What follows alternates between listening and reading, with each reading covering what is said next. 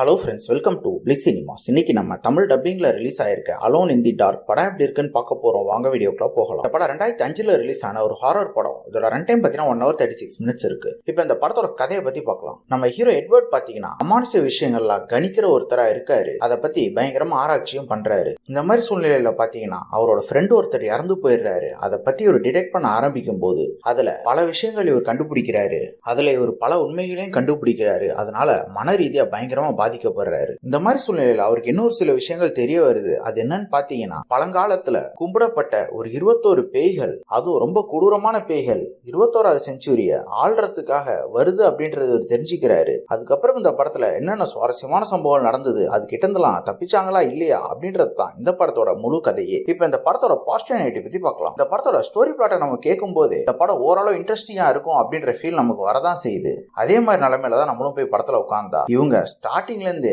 பயங்கரமா சொதப்ப ஆரம்பிச்சிட்டாங்க படத்தை. இவங்க ஸ்டோரி பிளாட்டா நல்லாவே எழுதியிருந்தாலும் அதை ஸ்கிரீன் பிளேல கன்வெர்ட் பண்ணும்போது பயங்கரமா சொதப்பி இருக்காங்க. அதே மாதிரி பாத்தீங்கன்னா கேரக்டர் ரைட்டிங் எந்த கேரக்டருமே பெருசா நமக்கு இம்ப்ரெஸ் பண்ணவே இல்லை. படத்துல வர விஎஃப்எக்ஸ் காட்சிலாம் ரொம்ப அப்பட்டமா விஎஃப்எக்ஸ் தெரியுது. அதை விட ரொம்ப கேவலமா பண்ணிருக்காங்கன்னே சொல்லலாம். அவ்வளவு தர லோக்கலா இருக்குது அது. அதே மாதிரி பாத்தீங்கன்னா படத்துல வர ஆக்ஷன் சீக்வன்ஸும் ஒண்ணுமே சுவாரஸ்யமா கிடையாது. படம் ஆரம்பத்துல இருந்து எண்டு வரைக்குமே போது அது இஷ்டத்துக்கு ஏதோ போதே தவிர நமக்கு சுவாரஸ்யமா எந்த எலிமெண்ட்டுமே இவங்க தரல. இந்த படம்லாம் என்ன ரேஞ்சில தான் அவங்க எடுத்தாங்கன்றதே நமக்கு புரியல. ஓவராலா பாத்தீங்கன்னா இது ஒரு பிலோ ஆவரேஜ்